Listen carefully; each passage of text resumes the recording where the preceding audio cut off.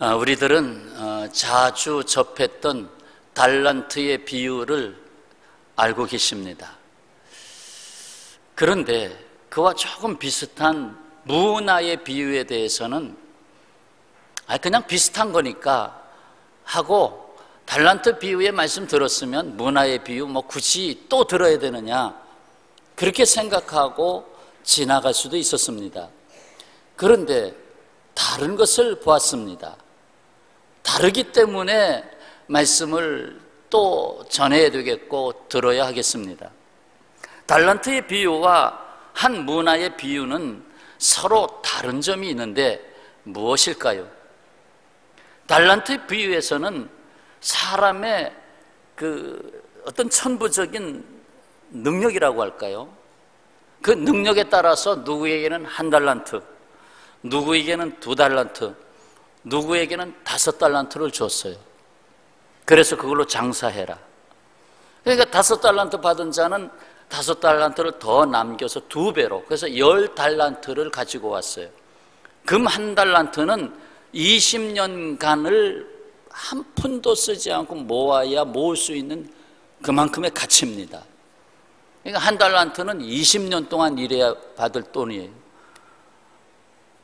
그걸 가지고 이제 장사를 하고, 그만큼의 5달란트 받았으면 5달란트의 책임을 해라.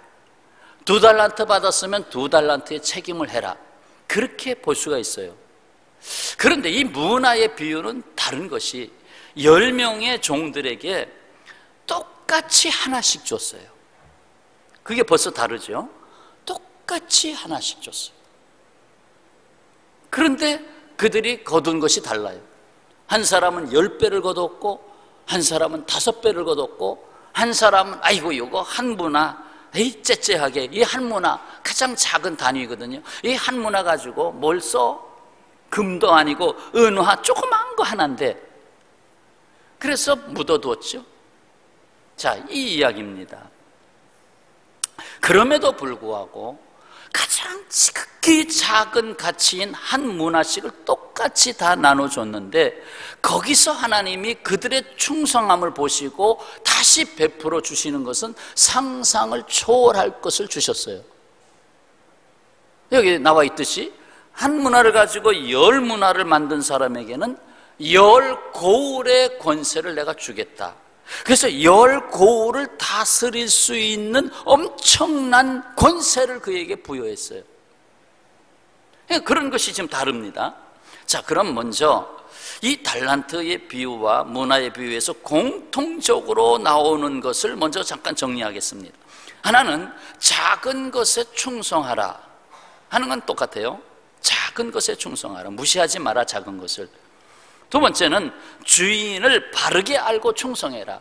주인이 무엇을 원하는지, 주인이 무엇을 기뻐하는지, 주인이 왜 이 말씀을 하셨는지 알고, 곧 하나님을 알고 충성해라.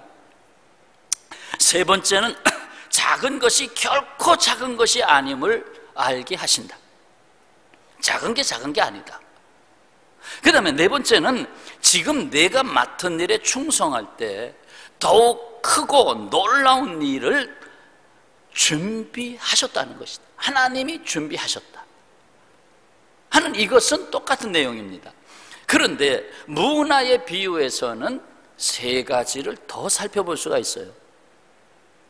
하나는 1달란트, 금 1달란트에 비하면 이 은 한 문화는 60분의 1밖에 되지 않은 가치입니다. 60분의 1. 아까 20년 동안 일해야 될 거죠. 요거는 넉 달 동안만 일하면 돼요. 그게 한 문화의 가치예요. 그 속에 담겨있는 가치는 아주 작은 것 같은데, 오히려 거기에 충성했을 때에 그 달란트 비유에서 나오지 않았던 권세에 대한 개념이 나옵니다. 그래서 그 수많은 고을을 다스릴 수 있는 권세를 부여하겠다. 결국 가치의 창출, 창조주 하나님과 그 말씀을 따라서 신실하게 충성하는 사람과 함께 연합할 때, 함께 할 때 거기서 놀라운 가치를 하나님께서 이루시겠다. 그것은 달란트의 비유에서보다 더 엄청난 가치를 사실 비교해 보면 더 많은 권세의 가치가 드러나고 있어요. 그 다음에 또 한 가지는 다른 사람을 비교하지 말라는 겁니다. 왜? 이 사람도 한 문화, 이 사람도 한 문화, 이 사람도 한 문화. 하나는 왜 불공평하게 주십니까? 그게 아니잖아요. 똑같이 내가 주었다. 10명의 종들에게 똑같이 주었다. 비교하지 마라. 그 다음에 또 한 가지는 나는 받은 것이 없다고 말하지 마라. 아이고 저는 아무것도 없어요. 저는 해야 자본도 없고 아무것도 없어요. 아니다. 한 문화를 이미 주었다. 받은 것이 없다고 하지 마라. 내게 있다라는 거예요. 자, 그러면 여기서 한 문화를 맡긴 분이 누굽니까? 오늘 12절에 이르시되 어떤 귀인이 왕위를 받아가지고 오려고 먼 나라로 갈 때에 10명의 종들에게 한 문화씩 주어서 장사해라 했습니다. 결국 여기서 한 귀인이 먼 나라로 갔다 온다는 것은 예수님이 이 땅에 오셨다가 초림이죠. 탄생하셨다가 재림하실 때를 말하는 겁니다. 초림과 재림 사이에 우리에게 한 문화를 줬어요. 초림과 재림 사이, 우리가 지금 살고 있는 이 세상의 삶입니다. 그리고 예수님 다시 왕위를 갖고 오시는 그날을 재림하는 날로 여기서 그렇게 이 비유 속에 담겨 있는 것입니다. 그런데 어떻게 오십니까? 왕으로 오십니다. 이미 왕으로 오셨지만 왕으로 여기질 않습니다. 그래서 마지막에 오실 그 왕은 완전하게 드러난 왕의 모습으로 오시게 되지요. 그런데 세상의 왕과는 다릅니다. 세상을 구원하려고 오신 예수 그리스도의 왕은 바로 십자가에 달리신 왕이었어요. 그 왕권의 최고의 경지에 오른 자리에서 십자가에 달리신 왕으로 나타납니다. 빌라도가 명령하죠. 예수를 십자가에 못 박을 때 죄패를 써야 되잖아요. 어떻게 죄명을 붙일까?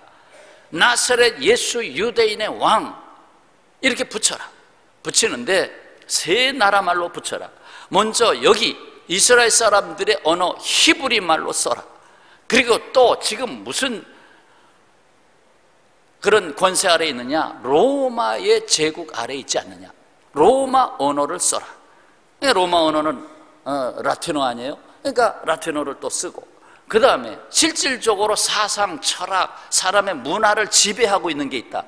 그것은 바로 헬라 문화다.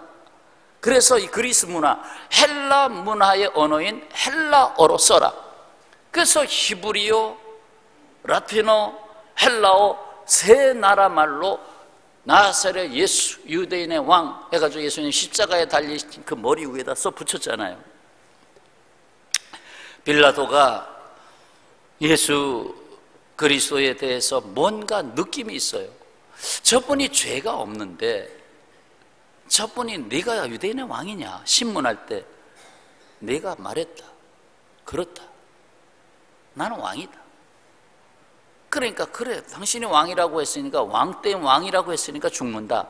그래서 유대인의 왕 써붙였지만 사실상 온 세계에 드러낸 왕이었어요. 유대 땅에 헬라 제국, 헬라 문화의 제국에, 로마의 제국에 그것을 다 표현한 거예요. 참 왕으로 오셨어요. 그런데 십자가에 달리신 왕이에요. 이 세상은 자기가 살기 위해서 남을 누르고 자기의 왕권으로 모든 것을 다스리려고 하고, 하지만 오히려 예수님이 왕으로 오신 것은 우리에게 권세를 주시기 위해서 왕으로 오신 거예요. 십자가에서 내가 하늘 보좌로 비우고, 십자가에서 내가 내 자신을 다 비우고 내가 죽음으로써 비로소 사람들이 상실했었던 하나님의 자녀된 권세, 그 권세를 비로소 내가 다시 주겠다는 거예요. 권세의 회복. 그래서 우리를 왕 같은 제사장에 그 권세를 입혀주셨잖아요. 이 세상에 뭐가 두렵습니까? 우리가 하나님 나라의 그 엄청난 진리를 갖고 살잖아요. 그걸 입혀주시기 위해서. 사람은 자기가 왕이 되려고 하고 자기가 높아지려고 하지만, 그러나 하나님은 오히려 낮아지신 겸손의 왕으로 오셔서 내가 내 안에 들어가서 너에게 하나님 나라 자녀된 권세를 내가 너에게 바르게 주겠다는 거예요. 그게 한 문화의 비유 속에 감춰져 있는 권세의 비밀입니다. 권세의 비밀. 아주 핵심적인 거죠. 문화의 비유에서 가르쳐주는 핵심, 내가 너에게 정말 참된 권세를 회복시켜 주리라. 이 세상은 재물의 권세, 세속적인 그런 어떤 권력의 권세, 이런 것들을 쫓아다니냐고 정신없는데, 어떻게 하면 내가 저 사람 누르고 내가 이길까? 이것에 정신이 빠져 있는데, 아니지 않아. 그거 가지고 세상을 이기는 게 아니다. 이기는 것 같지만 나중에 어떻게 망하는가 봐라. 그거 아니다. 그래서 예수께서 오늘 비유의 마지막 말씀에 심판이 나오잖아요. 27절, 그리고 내가 왕됨을 원하지 아니하던 저 원수들을 이리로 끌어다가, 얼마나 심각하게 말합니까? 원수들이라고 그랬어요. 내가 왕됨을 원하지 않는 자들이 누굽니까? 자기가 왕이 되겠다는 거죠. 이 세상의 세속적인 권력이 가장 싫어하는 게 기독교의 왕권 아닙니까? 세상 왕국과 하나님의 왕국이 항상 긴장 관계 속에서 충돌하잖아요. 그러니까 세상 왕국의 권세는 이 기독교의 왕권을 그냥 놔둘 수가 없는 거예요. 이것을 인정해버리면 이게 모든 정치 제도라든지 모든 법이 바뀌어야 되잖아요. 그러니까 그게 안 되는 거예요. 그래서 하나님의 나라는 지하수처럼 흐르는 거예요. 겉으로 나타나지 않지만 사람의 마음속으로 들어가서 왕 대신 예수님이 내 안에 들어와 계신 거예요. 세상의 왕권은 겉으로 보이는 왕의 권세를 갖고 법의 힘을 갖고 모든 걸 다스리지만은, 예수 믿는 사람은 우리 안에 성령의 법이 들어와서 그 하나님의 권세로 이 세상을 이기는 거예요. 할렐루야. 여기 왕 되신 예수 그리스도께 신실하게 충성한 사람이 있습니다. 하나님은 그들에게 하나님의 권세를 내어주셨어요. 하나님은 그들로 하여금 하나님의 권세를 사용할 수 있도록 해주셨어요. 그래서 한 문화, 아주 지극히 작은 은전 하나의 가치 속에 거기에 충성된, 진실로 하나님의 말씀을 따라 충성한 사람에게 내가 고을을 다스리는 권세를 주겠다. 내가 살아가는 삶의 영역에 영향력을 끼치고 내가 거기서 세상에 지지 아니하는 그 권세를 너에게 입혀주겠다는 거예요. 한 문화, 그 물질적 가치가 얼마나 될까? 이제 구체적으로 생각해 봅시다. 자, 한 데나리오는 하루 품삯이에요. 하루 일을 열심히 하면 한 데나리온을 받아요. 요즘으로 보면 20만 원, 30만 원 하루 품삯을 받는다? 그렇게 본다면 그게 한 데나리온. 근데 그렇게 한 데나리온이 100일 동안 일하면 100데나리온이 되잖아요. 그 100일 동안 일한 가치가 한 문화예요. 그게 한 문화. 그러면 우리가 한 달 30일 동안 빠짐없이 일하나요? 그래도 한 5일 정도는 쉬어야죠. 요즘 토요일까지 쉬면 10일을 쉬네요. 그러면 결국 넉 달 정도 되는 거예요. 한 문화의 가치는 넉 달 동안 일해서 내가 받을 수 있는 재물의 가치입니다. 이걸 다 똑같이 줬다는 거예요. 그 정도는 모든 인생들에게 똑같이 줬다는 거예요. 없다고 하지 마라. 그건 기본적으로 내가 그 정도는 조금 더 계산적으로 하면 약 1,000만 원 정도 되는 가치예요. 내가 1,000만 원을 너에게 어떻게든지 융통해 주든지 어떻게든지 내 1,000만 원을 가지고, 그 작은 것 같지만 그거 가지고 장사를 해봐라. 그거 가지고 미천을 삼아서 뭔가를 좀 해봐라. 조그만 빵가게를 조그만 떡볶이 가게를 만들든지 아니면 뭘 하든지 하여튼 뭔가 시작을 해봐라. 그게 씨앗 종잣돈이니까 한번 해봐라. 자, 나가서 장사를 했어요. 과연 한 문화가 그렇게 작은 넉 달 동안의 가치로 끝나는 것인가? 16절 17절 다 같이 읽겠습니다. 그 첫째가 나와 이르되 주인이여 당신의 한 문화로 10문화를 남겼나이다. 주인이 이르되 잘하였다 착한 종이여 네가 지극히 작은 것에 충성하였으니 10 고을 권세를 차지하라. 한 문화의 작은 가치가 충성스러운 한 사람, 그 작은 것을 작다 하지 아니하고 충성스럽게 일한 사람에게서 10배로 늘어났어요.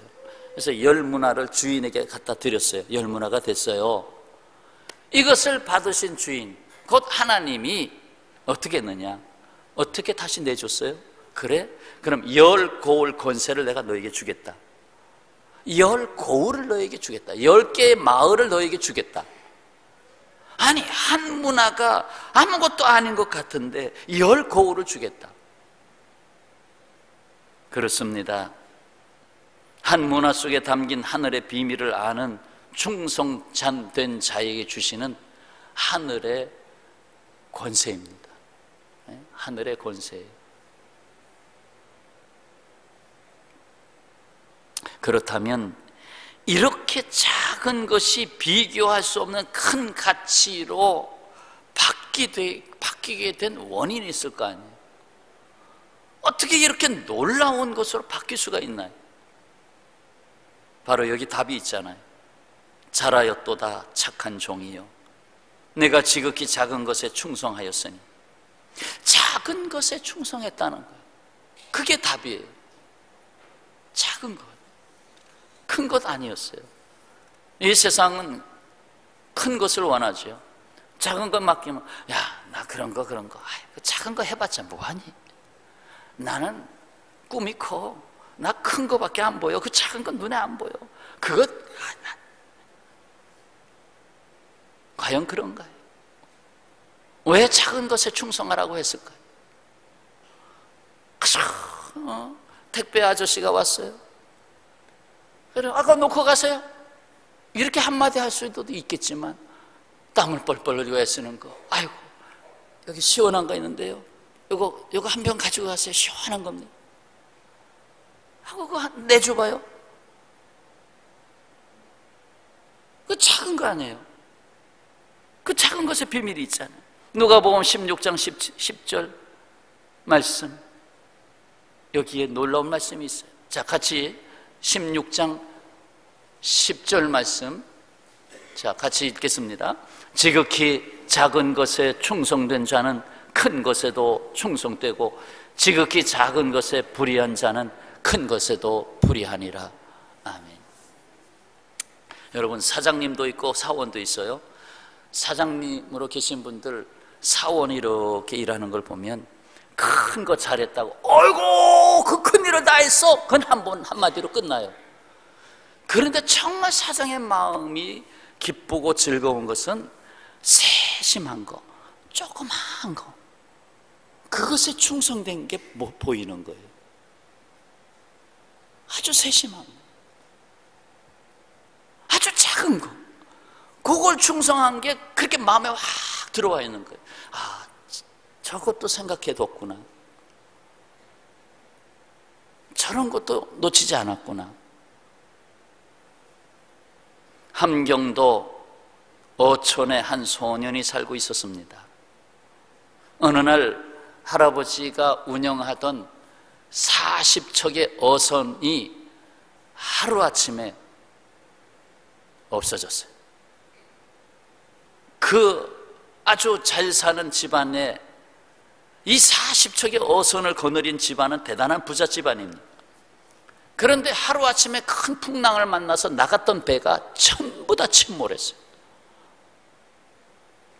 그러니 거기 40척에 들어가 있는 그 그 마을 사람들 해봐요. 그러면 그 마을이 다 쑥대밭이 되는 거죠. 뭐 전부 가족들이 다 여기저기서 울음바다가 되고 다 완전히. 그러니 이 부잣집 어떡합니까? 자기가 그동안 가지고 있던 모든 재산을 다 비워서 그 슬픔을 당한 가정들에게 전부 다 나눠줬죠. 그리고 그 마을에 있을 수가 없어요. 떠났죠. 정말 가정이 다 흩어졌어요. 그래서 이 어린 소년도 역시 흩어졌는데 캐나다에서 온 선교사 집에 머슴살이로 들어갔어요. 선교사 집에 머슴으로 들어갔어요. 종으로 들어갔다 얘기죠. 소녀는 온갖 굳은 일을 감당했습니다. 추운 겨울에 그 맨손으로 막 고드름이 맺히는 그 추운 겨울에 빨래를 하고 정말 너무 고생스러워서 눈물이 막 쏟아져 내리고, 선교사가 집안에 돈을 조금씩 이렇게 놔뒀어요. 왜요? 용돈으로 쓰라고요? 그럼 얘기를 해야죠. 용돈으로 써라 하고 그냥 줘야죠. 그냥 이렇게 여기도 조금 놔두고 또 때로는 저기도 조금 놔두고. 선교사가 이 머슴을 테스트했어요. 과연 정직한 아이인가? 과연 이 돈에 손을 안 대는 정직한 아이인가? 그런데 손을 대질 않았어요. 그래서 합격을 했어요. 이 선교사 마음에 들었어요. 이 머슴이 마음에 들었어요. 지극히 작은 것, 정말 성실하게 일하는 걸 받고 조그만 돈이라도, 단돈 500원이라도 100원이라도 가져가지 않는 걸 봤어요. 그래서 이 아이를 서울에다가 보내서 공부를 시켰어요. 그리고 일본에 보내서 유학을 시켰어요. 그리고 미국으로 보내서 유학을 시켰어요. 그래서 목사가 되고 박사가 됐어요. 그래서 제가 4년 동안 교육전도사로 있었던 남대문 교회에 오래전 1944년에 6대 목사로 일을 하셨어요.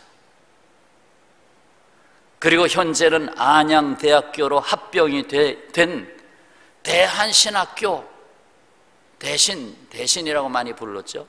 대한신학교 창설자가 됐어요. 학교로 세운 창설자 누군가 하면 바로 김치선 박사예요.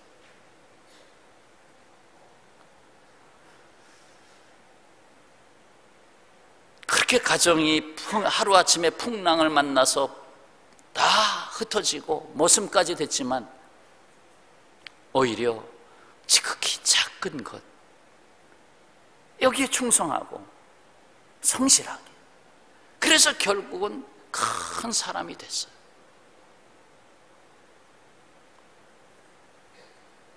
놀라운 사실입니다. 작은 일에 충성하는 사람은 큰 사람이 됩니다. 여기 충성한 자에게 발견되고 있는 것이 있습니다. 17절 말씀. 주인이 이르되 잘하였도다 착한 종이요, 잘하였도다 착한 종이요. 자, 충성은 착한 성품과 연결되어 있어요. 착한 성품, 착한 종이요. 여기서 착한은 아가도스라는 헬라어 선한, 착한 같은 말이지요. 좋은 성품이나 기질을 의미할 때 쓰는 말이에요. 좋은 성품이나 좋은 기질. 그래서 영어로 번역할 때는 good morning 할 때 good, 좋은. 그래서 영어 성경으로 번역할 때는 착한 종을 good servant 이렇게 번역하죠.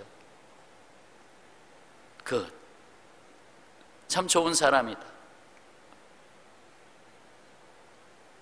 예수께서 잘했다고 칭찬하신 것은 능력 이전에, 야, 너 굉장히 능력이 많구나, 이런 거 다 할 줄 알고 능력이 크다, 능력을 먼저 칭찬하기 전에 성품을 주목하고 있다는 거예요. 하나님은 우리의 성공보다 우리의 성실한 성품에 더 큰 관심을 가져요. 일 잘하고 못하고 좀 차이가 있죠. 일 이왕이면 잘하는 사람 좋죠. 그런데 일을 잘해도 성품이 아닌 사람은 언젠가는 결별합니다. 성품이 더 중요해요. 사실 우리가 예수 믿는 것도 일 잘하는, 숙달된 사람을 만드는 게 목적이 아니잖아요. 예수님을 닮아가는 사람을 만드는 게 목적 아니에요. 어떻게 하면 예수님의 형상을 닮아갈까?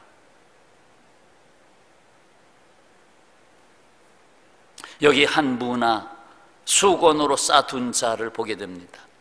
이 수건으로 한 문화, 이 한 문화 기껏해야 이거 넉 달 일해야 모을 수 있는 돈, 이거 넉 달 잘못 일했다가는 본전까지 날라가. 본전까지 날라가면서 뼈 빠지게 내가 일할 이유가 뭐 있어? 싸두자. 주인이 오면 여기 잘 가지고 있습니다. 손해 안 받습니다.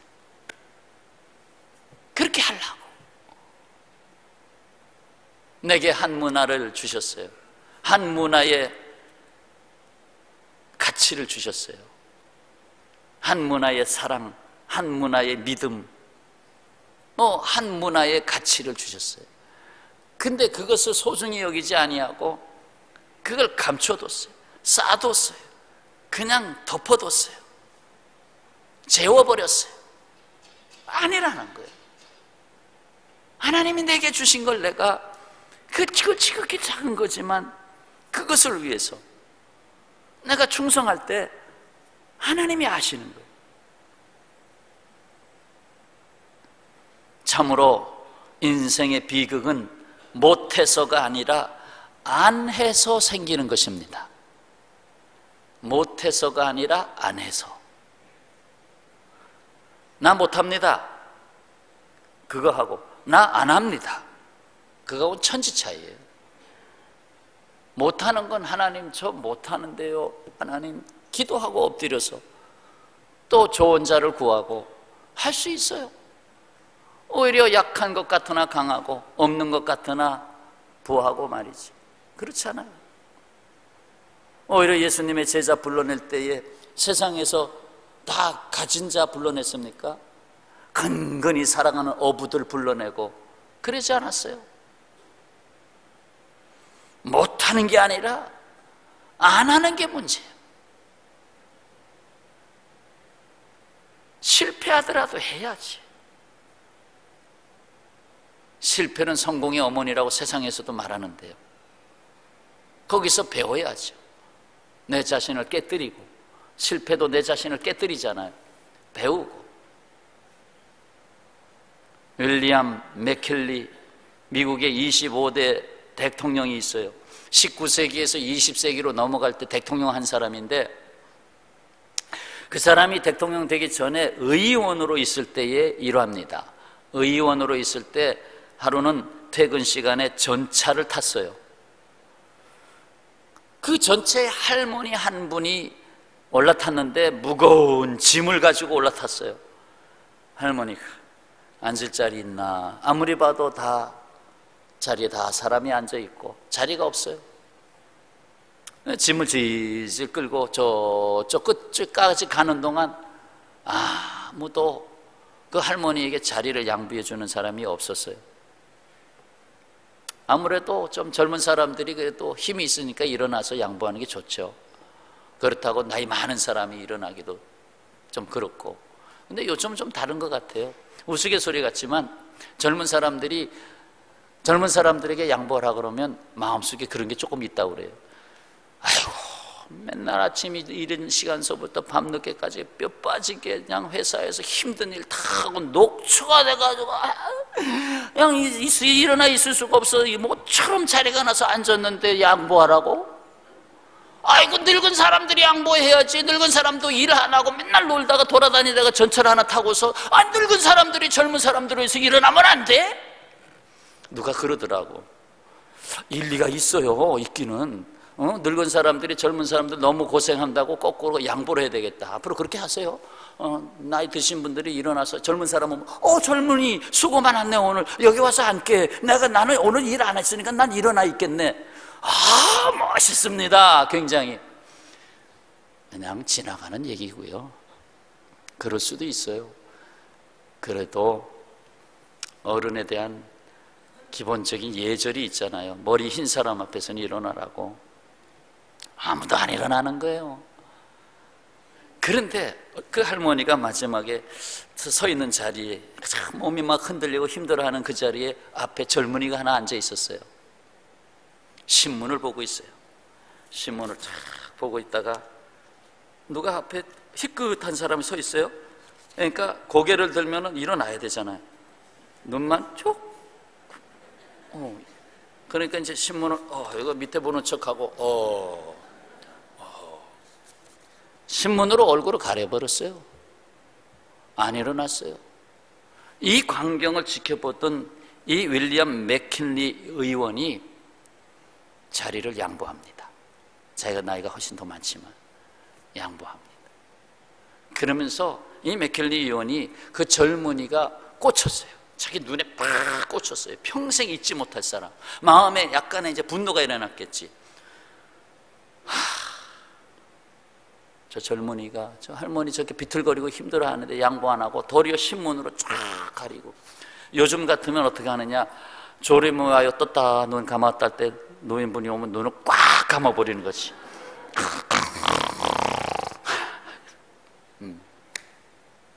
그렇게 잠자는 사람은요, 그렇게 앞에 자리를 양보해야 되는데 일부러 자는 척하고 하는 사람은 하나님이 그 사람을 평생 재우십니다.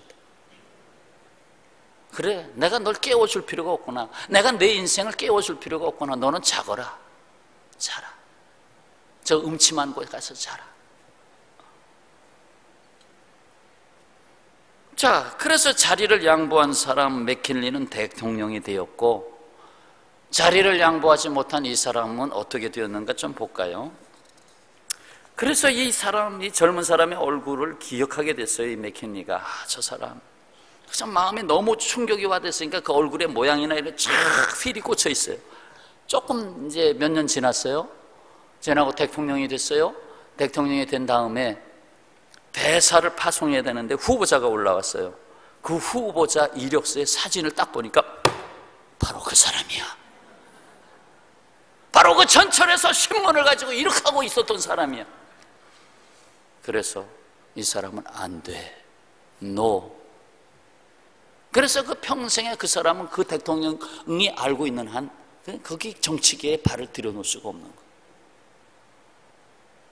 그 지극히 작은 자, 내가 거기서 일어나서 양보할 수도 있는데 그거 지극히 작은 것을 못했기 때문에 하나님이 기억하시고 너는 큰 사람이 될 사람이 아니다, 크게 되는 길을 막았어요. 그렇습니다. 주님은 기억력이 좋습니다. 지극히 작은 자 하나에게 한 것, 지극히 작은 것에 충성한 것, 그거 잊지 않으십니다. 여러분, 쓰레기가 있으면 교회 오다가 쓰레기 보이시면 주스세요. 그 교회 쓰레기통 많잖아요. 그래서 우리 교회 쓰레기통에는 담배 꽁초가 많습니다. 이제 주워다가 자꾸 집어넣으니까 많아요.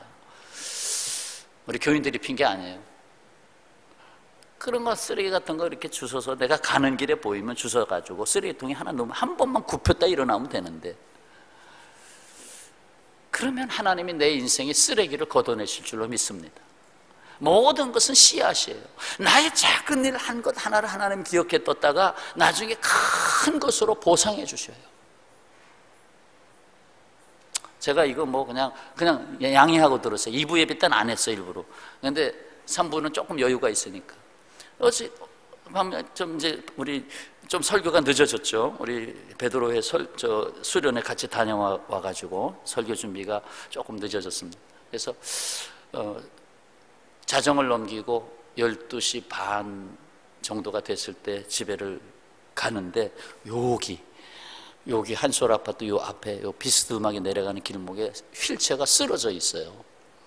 쓰러져 있었고 그 옆에 젊은 친구가 거기서 막 그 쓰러져 있는 사람, 그 사람 막 세우고 이렇게 하고 있는 걸 제가 총총총총 가서 어이구 쓰러졌냐고 해서 휠체어를 잡아서 같이 이렇게 세우려고 하는데 젊은이가 하는 말이, 이거 휠체어 고장나서 고치고 있어요. 너무 휠체어가 오래됐어요. 그냥 정말 어떻게 보면 녹이 슬고 너무 한 20년 정도 쓴 것 같기도 하고, 그 사람은 전혀 몸을 못 써요. 이 위에 상체만 조금 쓰지 전혀 몸을 못 써요. 근데 몽키 스파 하나 2개를 가지고 젊은이는 그 몸을 이리 뒤에서 이렇게 받쳐주고 있고, 이 휠체어가 이제 나사가 풀어져가지고 이제 조종이 잘 안 되니까 그걸 고치고 있어요. 이놈은 나사가 녹이 쓸어가지고 이 움직이질 않는 거예요. 그래서 제가 또 그쪽에는 조금 조예가 있잖아요.